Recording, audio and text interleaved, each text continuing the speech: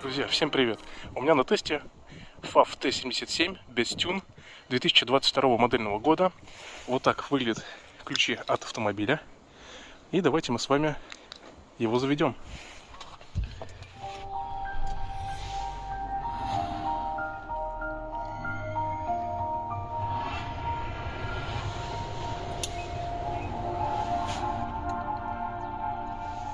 Вот с такой крутой анимацией включается автомобиль FAV T77. И самый главный плюс у Geely Coolray есть автозапуск. Хоть он номинальный, 15 метров, но хотя бы с 7-го этажа можно запустить свой автомобиль. Здесь, к сожалению, нет такой возможности. Задняя камера FAV T77. Конечно же, в Coolray будет она более детализированная. Также в Coolray есть возможность 360, но 360 в FAV появится чуть позже. Эту комплектацию, конечно же, привезут для России. Итак, друзья, забрал я FAV T77. Вот такая вот погода. В принципе, машина справляется весьма неплохо. Максимальное положение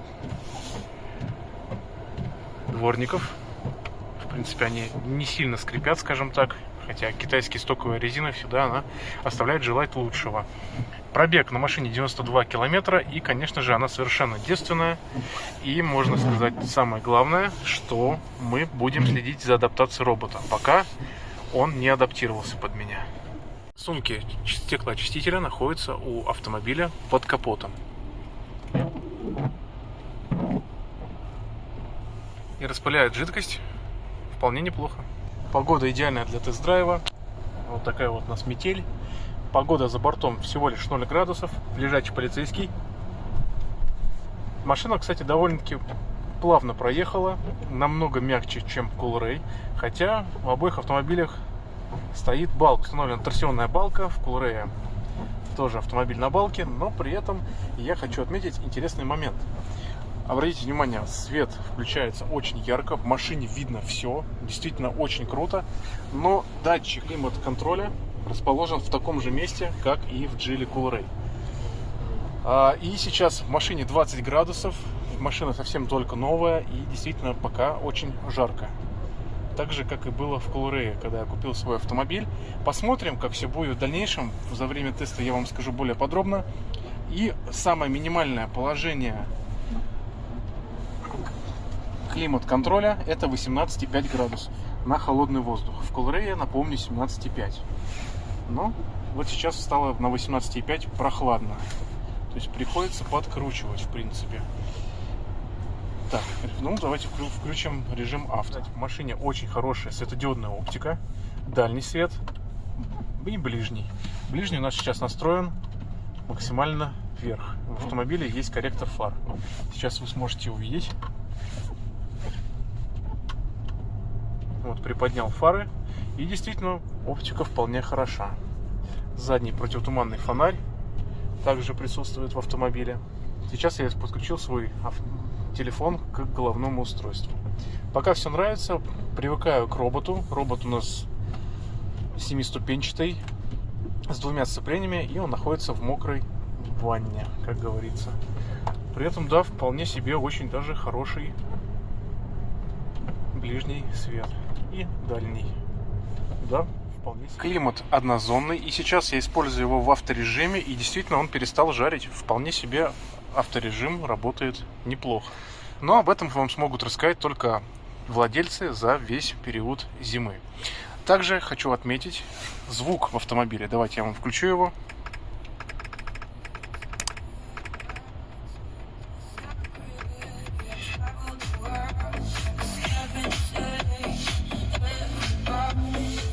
Как вы поняли, в принципе, качество даже очень хорошее, на уровне с Geely Coolray.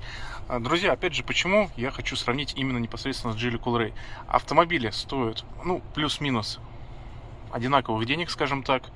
Автомобили с 2018 года выпускались в Китае, и только сейчас FAV в 2021 году в конце приехал к нам в Россию.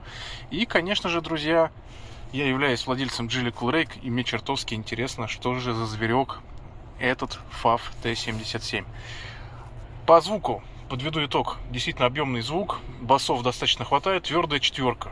Так же, как и Coolray, я могу сказать, что звук в Coolray, если сделать шумоизоляцию и поставить дополнительно настройки эквалайзера в виде Viper FX, звук будет отличным, на 4 с плюсом.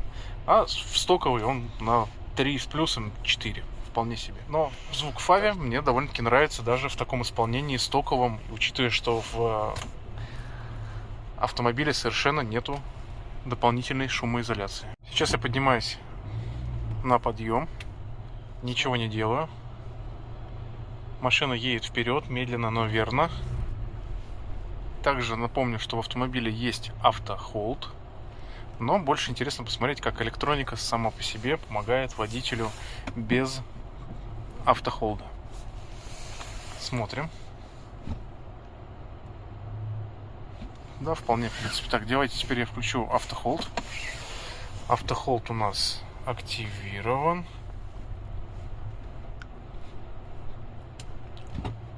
Угу.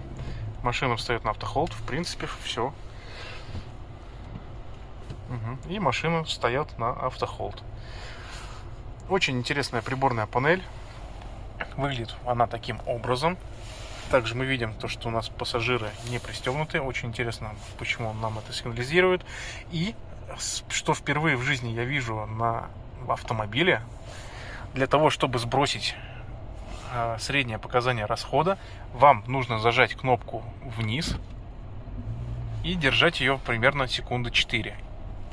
Проходит маленькая шкала, и все ваши показания сбрасываются. Автомобиль турбированный, 1.5, 160 лошадиных сил, 256 ньютона-метра на крутящий момент. И сейчас у нас полбака, запас хода 200 километров.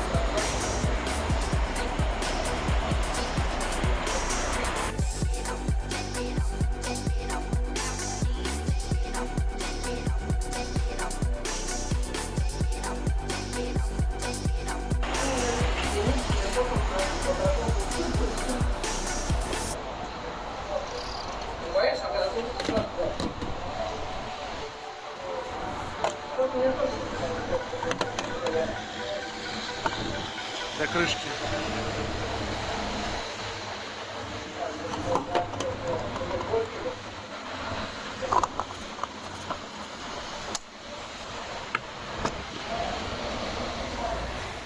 Заправили автомобиль.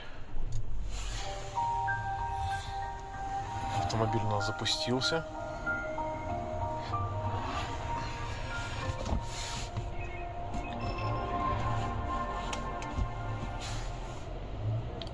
И автомобиль также у нас не едет, если вы не пристегнуты. Вручную снимаете стояночный тормоз и едете дальше. В бак автомобиля вошло 24 литра 95-го бензина. И запас хода показывает 400 километров. Сейчас бортовой компьютер немножко оживился, и вы можете увидеть, что средний расход топлива он пишет 7,3 литра на 100 километров. Динамика автомобиля. Таким движением переходим в обычный режим. И коробка у нас. И управляете автомобилем в обычном режиме. Повторное нажатие на рычаг КПП дает возможность перейти в спорт-режим. И действительно, вот сейчас мы едем в спорт-режиме. 4-цилиндровый двигатель у нас очень сильно подрывает.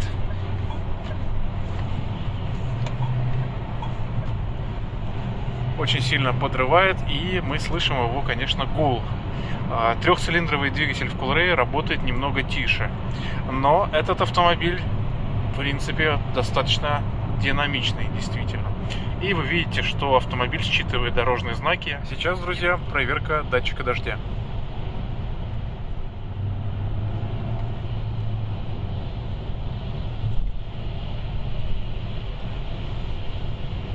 Ну, работает плюс-минус вполне адекватно.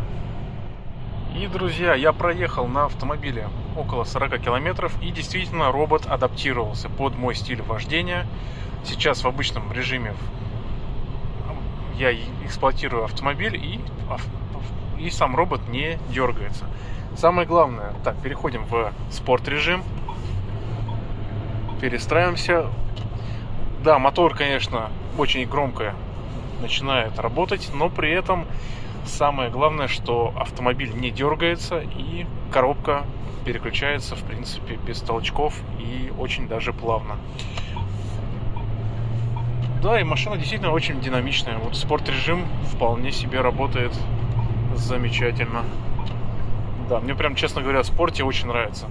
Именно плавность есть, когда вы давите на педаль газа, он сам по себе не сильно не дергается. Но если вы сильно активно педалируете, конечно, машина начинает уже поддергиваться. Но, опять же, это все индивидуально под ваш стиль вождения.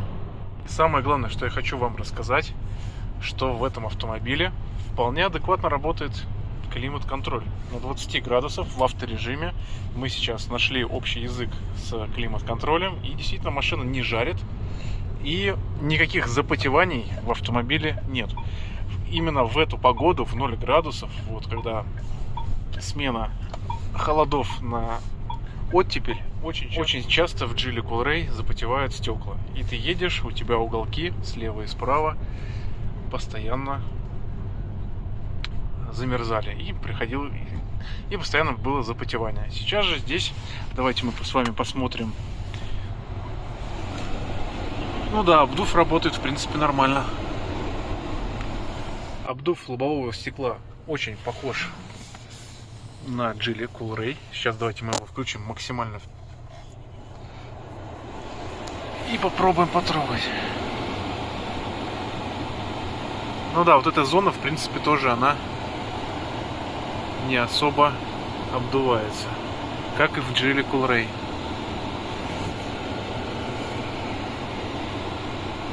То есть возможны запотевания, но это не точно.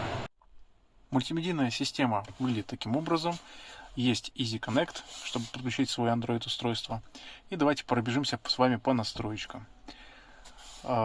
Есть настройки звука, дисплея. Кнопки вы можете программировать на круиз-контроль, либо на как раз подключение своего смартфона. В устройстве есть Wi-Fi, Bluetooth и система. К сожалению, в системе только либо китайский, либо английский язык. Звуковые настройки, 3D эффект звука, и дополнительно можно изменять баланс, если вам хочется. Далее можно зайти в раздел внешних настроек. Зеркала автоскладывания можно включить-выключить. Есть функция провожания до дома. Ее можно включить, настроить по времени. Функция HEC, не знаю, пишите, друзья, в комментариях. И Unlock, скорее всего, это автоматическая разблокировка дверей. И всякие службы безопасности. То есть система, которая будет реагировать на пристегнутых задних пассажиров, ее можно принудительно отключить.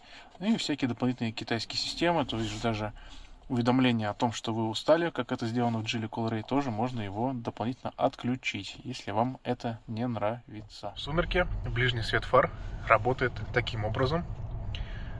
Фары выключены, ближний, дальний с ближним. Опять ближний. И действительно оптика очень хорошая. И главное, что в автомобиле есть корректор фар. Первое положение, второе положение, третье.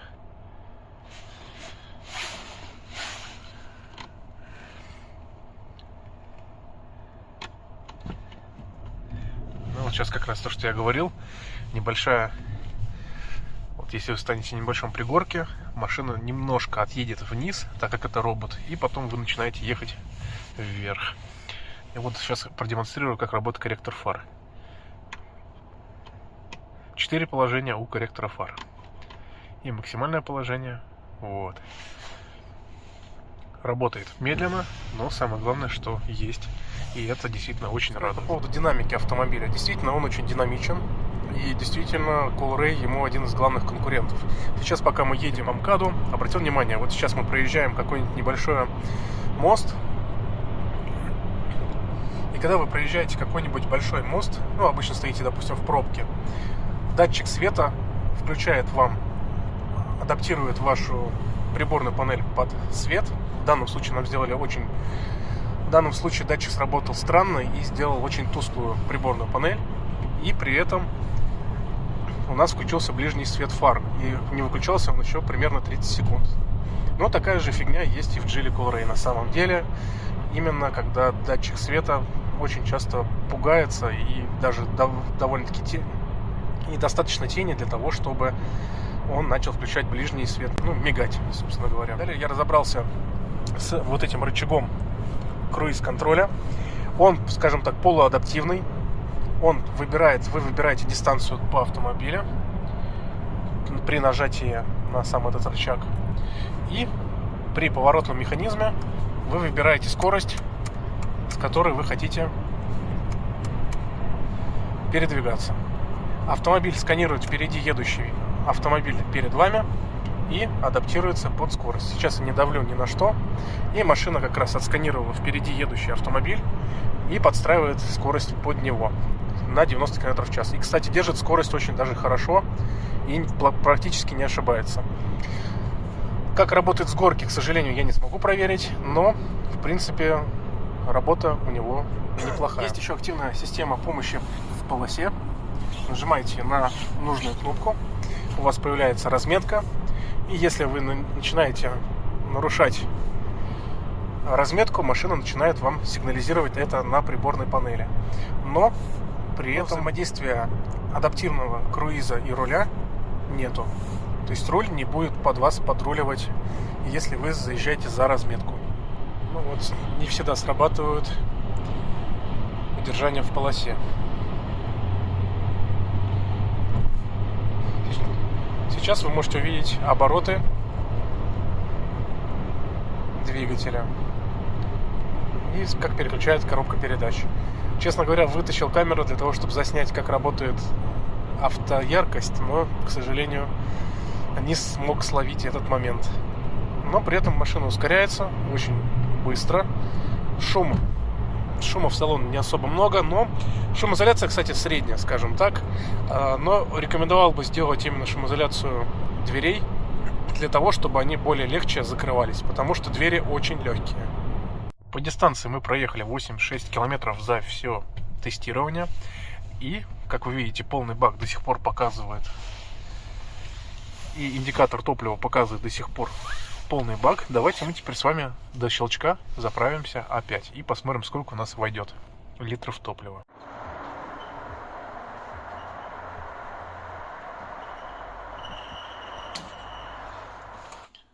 Запускаем двигатель. Опять у нас анимация. Каждый раз, как вы будете приезжать на заправку, будете видеть эту анимацию. И ее выключить, к сожалению, нельзя. Ну и вот, как раз таки мы заправили 10. И вот мы заправили 10 литров.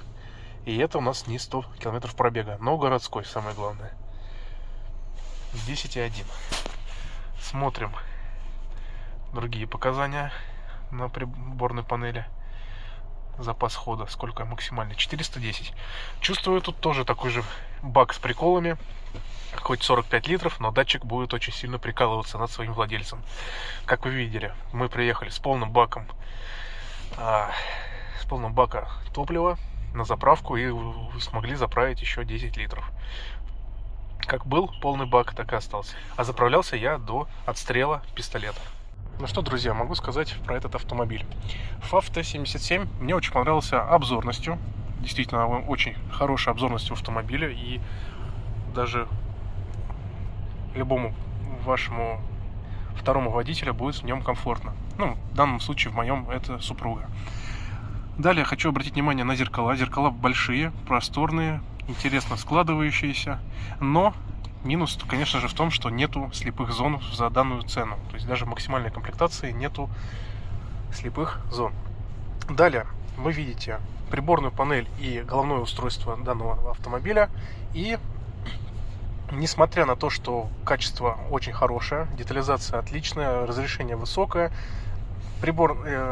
битых пикселей я на приборной панели не обнаружил, но сам функционал мультимедиа очень урезан. Мало того, что английский язык only, так при этом у вас есть только подключение вашего смартфона, Bluetooth, просмотр картинок и все. В Coolray, конечно же, в этом плане он выигрывает. Вы можете поставить кастомную прошивку и установить и навигатор, и дополнительную Яндекс.Музыку, и дополнительные какие-то приложения, которые вам нужны, там, стрелка и подобное. Здесь, к сожалению, этого невозможно сделать пока что, но напишите, друзья, в комментариях, может быть, кто-то знает каких-то кулибиных, кто занимается прошивками для таких китайцев, как FAV. При этом звук, как я сказал, в автомобиле неплохой, на 3 с плюсом 4, каждому по-своему. Робот у меня адаптировался. Вот сейчас мы едем в обычном спокойном режиме, впереди пробка, обычный режим D, переходим в спорт, машина едет плавно. За всю историю тест-драйва автомобиль у меня не дергался. Единственный один момент, который мне не понравился, это то, что когда вы едете в горку, либо какие-то манипуляции с задним ходом, бывают толчки назад. То есть если в Coolray машина она останавливается и едет вперед, то FAV все-таки небольшую инерцию назад имеет, так как все-таки 7-ступенчатый робот. Здесь вот это вот антиоткатной системы либо и нету, либо она как-то странно работает. Пока в этом плане я не разобрался. Голосовой ассистент есть, но опять же он не работает. Вот вы нажимаете его, и только через подключение Bluetooth, может быть, что-то еще и будет работать, но по факту весь функционал очень сильно урезан. Самый главный плюс — это климат-контроль. Сейчас он работает в обычном режиме. Вы можете увидеть, что поток воздуха направлен вниз, на ноги, но при этом, если мы положим сюда руку, то мы почувствуем, что здесь идет теплый воздух. То есть климат работает, по крайней мере, адекватно, но не дублирует всю информацию о том, как он работает именно на цифровую панель. Ну и, конечно же, хочу их похвалить, то, что здесь вы полностью регулируете всю температуру ручками. Нет никаких дополнительных клавиш сенсорных, которые, опять же, есть в Coolray, и не особо удобно их пользоваться. Но если, опять же, вы прошьете головное устройство, то с помощью голосового ассистента вы сможете все это говорить голосом и включать. Очень удобно. Ну и, конечно же, основной минус — это нету ни обогрева руля, хотя кожа тут напа, очень приятная на ощупь.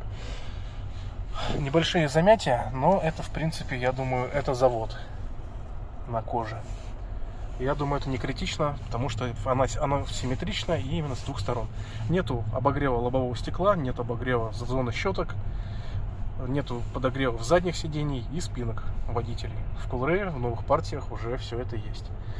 Ну, интересный все равно автомобиль, очень интересный, красивый дизайн, но, опять же, я свой выбор сделал, и все-таки мой автомобиль Coolray пока я считаю самым лучшим, если покупать сейчас в 2021 году из китайцев, в 2022 году из китайцев. Ну а здесь вот вы можете увидеть вот такие вот моменты. В принципе, все это ничего не скрипит. Но китайцы все равно очень сильно так удешевляют свои автомобили, и они выглядят, конечно же, эффектно, но при этом какой-то скрытый смысл в них всегда же все-таки присутствует. Ну а об этом я буду рассказывать дальше на своем канале. И также хочу сказать, что подвеска мне очень понравилась в данном автомобиле. Машина имитации блокировок в принципе есть, и из сугроба на переднем приводе на данном автомобиле вы сможете легко выехать.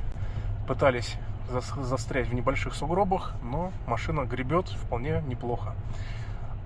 При этом также хочу отметить заднюю подвеску, то что она более мягкая, чем в Geely Coolray. В Geely Coolray она настроена более спортивно. Допустим, в Coolray вы едете в повороте, делаете перестроение или крутой поворот, вы едете прям как влитой. Никакого крена вы не ловите. Здесь же небольшой крен все-таки присутствует. Также на канале будет сейчас видео про этот автомобиль, размеры багажника, качество сборки и, конечно же, сравнение с Geely Coolray.